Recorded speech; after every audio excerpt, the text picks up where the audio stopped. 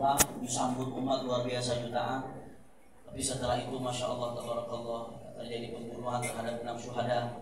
Kemudian beliau dipenjara, FPI-nya dibubarkan, Front Pembela Islam saudara saat itu dibubarkan. Kemudian markas syariah berusaha digoyang, dirampas, rekening keluarga dan rekening pengurus FPI diblokir saudara, dibekukan. Pengurus FPI banyak yang masuk penjara, saya termasuk masuk penjara saat itu.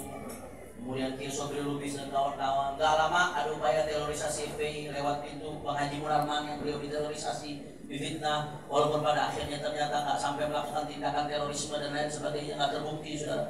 Hanya menyembunyikan informasi katanya pada akhirnya dan lain sebagainya. Itu tahap-tahap yang kita berada pada titik nadir saat itu. Kita berada, jangankan orang, kadang sebagian orang ya, jangankan mau bela, nengok aja nggak berani. Ada anak itu nengok aja nggak berani karena kalau ada yang coba-coba bela Habib Rizik disikat saat itu sudah. Yang tadinya dekat kabur, yang tadinya baik menjauh saat itu.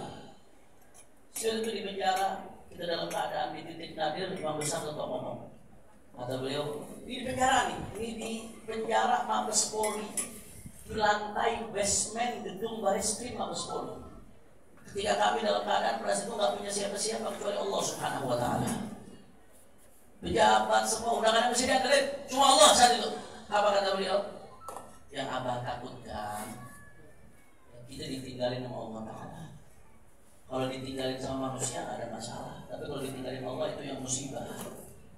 Makanya kata beliau, perjuangan amar ma'ruf nahi munkar apapun yang terjadi nggak boleh berhenti, kata beliau. Organisasi boleh bubar, Front Persaudaraan Pembela Islam, tapi amar ma'ruf nahi munkarnya nggak boleh bubar. Makanya dibentuk lagi Front Persaudaraan Islam, kata beliau. Karena orang-orang yang amar ma'ruf nahi munkar hamba-hamba pilihan Allah. Yang saya takutkan bukan di penjara, bukan dibunuh, dimusuhi. Yang saya takutkan kalau kita nggak dipilih lagi oleh Allah untuk menegakkan amar ma'ruf nahi munkar, saudara. Allahu Akbar. Allahu Akbar. Itu akhirnya membuat kita jadi tegar. Melihat duduk sama orang-orang yang tegar, orang-orang yang kuat, itu akhirnya membuat kita jadi tegar, jadi semangat, jadi bangkit lagi. Nah, saya ingat pesan guru saya Profesor Dr. Habib Abdullah bin Muhammad Baharun. Beliau duduklah sama orang-orang yang punya himmah tinggi, punya semangat tinggi, maka semangatmu akan tinggi. Kamu kalau duduk sama orang yang standarnya tinggi, nanti standar kamu juga ikut tinggi. Tapi kalau duduk sama orang yang semangatnya rendah, standarnya rendah, nanti standar kita ikut rendah juga.